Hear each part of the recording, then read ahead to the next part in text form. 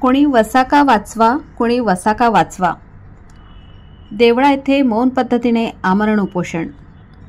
देवळा वसंतदादा पाटील सहकारी साखर कारखान्याच्या कर्मचारी व महिला यांनी साखर कारखाना सुरळीत चालू व्हावा व कर्मचाऱ्यांचे थकीत वेतन मिळावे यासाठी व कारखान्यात काम करून उपजीविका भागवत असलेल्या कर्मचारी यांची अवस्था दिवसेंदिवस दैनंदिन होत असल्याने शेवटचा पर्याय म्हणून देवळा काचकंदील शिवस्मारक येथे आमरण उपोषणाची वेळ संबंधित कर्मचाऱ्यांवर आणली असून मोठ्या संख्येने या उपोषण कामगार वर्ग व महिला उपस्थित होत्या। या उपोषणासाठी उपोषणकर्त्यांची आरोग्यविषयी चौकशी करण्यासाठी देवळा आरोग्य केंद्राचे डॉक्टर कांबळे व त्यांच्या सहकारी आहेर मॅडम व कायदा व सुव्यवस्था सुरळीत राखण्यासाठी देवळा पोलीस स्टेशनचे पीआय नेहते साहेब, एपीआय नंदा पाटील देवरे साहेब हे देखील उपस्थित होते। या उपोषणाला पाठिंबा देण्यासाठी बागलाण तालुक्याचे माजी आमदार संजय चव्हाण हे या ठिकाणी उपस्थित होते।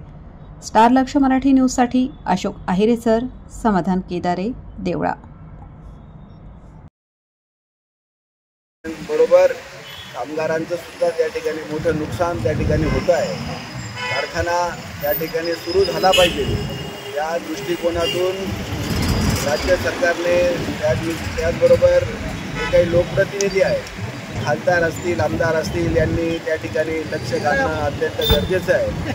मला वाटतं की लवकरात लवकर कारखाना त्या ठिकाणी सुरू व्हावा आणि त्याचबरोबर आज कारखान्याची जी परिस्थिती बघितली तर दिवसेंदिवस कारखान्याची यंत्रसामुग्री त्या ठिकाणी खराब होते आहे, भंगारमध्ये निघून जाईल की काय।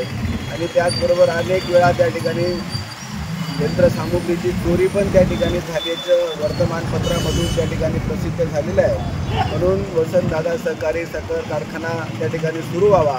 कामगारांची जी काही देणी आहे ती देणी त्या ठिकाणी दिली गेली पाहिजे, कारण त्यांचं कुटुंबही त्या ठिकाणी त्याच्यावरच अवलंबून आहे। म्हणून या कारखाना सुरू होण्याच्या बाबतीत बागलाण तालुक्याच्या वतीने मी त्या ठिकाणी जाहीर पाठिंबा या ठिकाणी व्यक्त करतो।